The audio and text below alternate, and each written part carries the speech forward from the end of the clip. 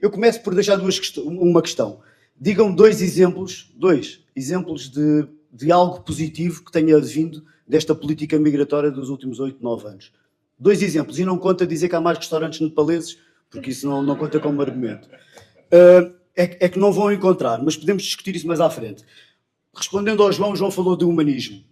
Temos que ser humanistas acima de tudo. Eu concordo, temos que ser humanistas acima de tudo. Em 2019, o Partido Socialista, o partido do João, desculpa João, o Partido Socialista aprovou em Conselho de Ministros, não foi na Assembleia da República, foi nas 4 paredes do Conselho de Ministros, uma legislação que permitia que as pessoas pudessem ser metidas a viver dentro de contentores. Isto foi aprovado em 2019 pelo Partido Socialista em Conselho de Ministros. Portanto, não me venham falar em humanismo, que humanismo é ter pessoas a viver às 20, às 30 e às 50 no mesmo apartamento. Isto não é humanismo. O humanismo é uma falácia, não é desculpa para apoiar a imigração.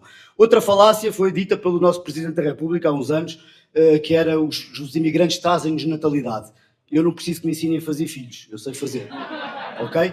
Portanto, eu acho que os portugueses não precisam. O que os portugueses precisam é de políticas de incentivo à natalidade. Políticas que nos permitam ter filhos. Segurança nas ruas que me permitam pensar: a minha filha vai para a escola de autocarro, estou descansado. Este discurso fofinho do eles vêm trazer, pagam descontos. Os descontos deles são importantes. Reparem, uma pessoa que acaba de chegar em Portugal não pagou descontos para ter casa grátis, para ter saúde grátis, para ter segurança, para ter transportes públicos. Não é uma pessoa que chegou agora, que está cá há 1 ano ou 2, que pagou impostos para ter direito a tudo isto. Portanto, é mais uma falácia essa história de eles trazem os impostos e acabam os impostos deles vão subir. São pessoas que recebem o ordenado mínimo. Muitas delas são exploradas. Lá está a questão do humanismo. Há tráfico sexual, há tráfico humano, há tudo isto. Vamos buscar pessoas ao meio do Mediterrâneo. Tudo bem, ninguém pode ficar no Mediterrâneo a morrer.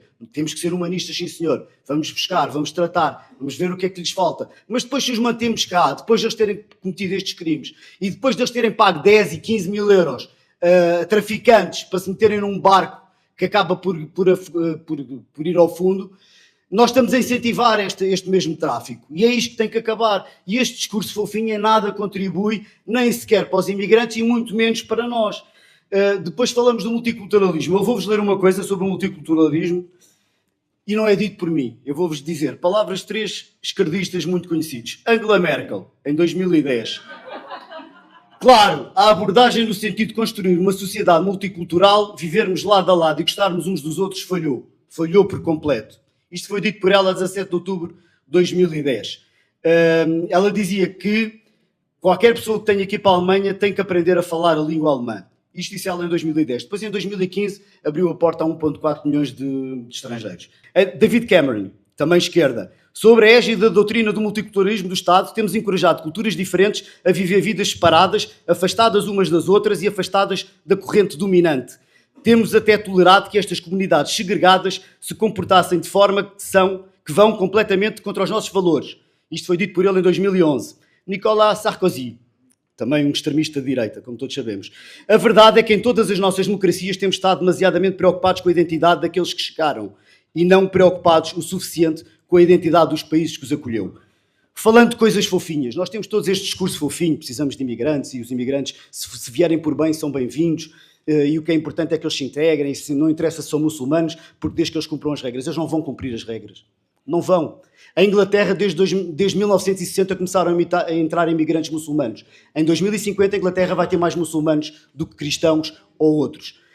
Em França, em 2016, 25,5% da população estudantil do ensino secundário era muçulmana. Em 2016, vão ser cada vez mais. Segundo os estudos, a população francesa é só 20% muçulmana, mas 25,5% dos estudantes do secundário. Ou seja, as pessoas vão começar a morrer, obviamente, é assim o ciclo da vida, e cada vez teremos mais muçulmanos ao ponto de serem uma maioria, como vão ser, como eu já disse, a Inglaterra em 2050. Na Suécia, a identidade sueca está-se a perder. Os suecos já estão a fazer a repatriação. Já pagam 2 mil euros, Suécia e Dinamarca, a Alemanha aprovou este ano. Pagam 2 mil euros durante 1 ano para estes imigrantes voltarem para as suas terras. Porquê? Para terminar, por favor, Nuno. Só para acabar isto, por causa dos discursos fofinhos que me incomodam. Em 1974, nem eu era nascido, o presidente da Argélia, que eu agora não me lembro do nome dele, dizia nas Nações Unidas que nós vamos conquistar-vos pelo ventre das nossas mulheres.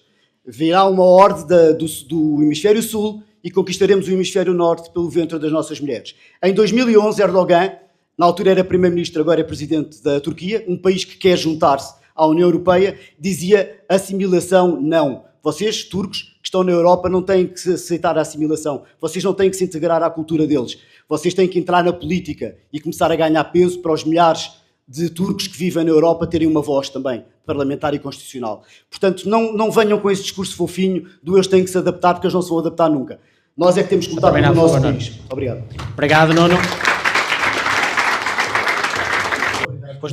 Não é marcação cerrada, desculpa, mas eu tenho que responder a isto. Quando o João diz, é mais uma falácia, quando o João diz, mas não é do João, é uma falácia geral, quando se diz que a criminalidade não aumenta por causa da imigração, isto tem que ser desmentido e com factos. Em 2019, o relatório do Razi e um relatório da PSP diziam que havia, na zona de Lisboa, na zona da Grande Lisboa, cerca de 700 pessoas em gangues. 700 pessoas distribuídas por 30 gangues. Gangues africanos. E a luta pela prostituição, pelo tráfico de armas e pelo tráfico de droga era, efetivamente, entre gangues africanos, gangues asiáticos e gangues brasileiros. Pelo que eu saiba, do que eu conheço de geografia, africanos vêm da África, asiáticos vêm da Ásia, brasileiros vêm do Brasil. Logo são imigrantes, são estrangeiros, que entraram aqui e fizeram uma coisa que não havia em Portugal até agora, que é a criminalidade de gangues. Nós não tínhamos gangues. Nós não tínhamos pessoas a passarem na rua de moto a assaltar as velhinhas. Não tínhamos isso. Portanto, isto, e todos nós sabemos também, porque isto é factual, e na Alemanha disseram isto, os polícias acabaram, as altas entidades da polícia acabaram por dizer isto. Em Portugal também já houve um subcomissário da PSP que o disse. Eles têm indicações diretas do governo para não dar informação sobre quem comete os crimes. Portanto, tudo isto é uma falácia que tenta ser disfarçada e nós temos de estar acordados para isto. Agora, estas falácias e este discurso fofinho só nos prejudicam e é isto que vai acabar com Portugal e com o resto da Europa. Porque em 2050 a Índia vai continuar a ser a Índia, a China vai continuar a ser a China, a Europa não vai ser a Europa, garanto-vos continuar assim. Obrigado, Nuno. 30 segundos aqui para o Nuno. 30 segundos. Obrigado. Queria só fazer uma correção a algo. João, mais uma vez, desculpa. O João há bocado citou o Ravi de 2022. Eu, quando citei o de 2019. E no 2022 diz que a criminalidade desceu. E sabem porquê?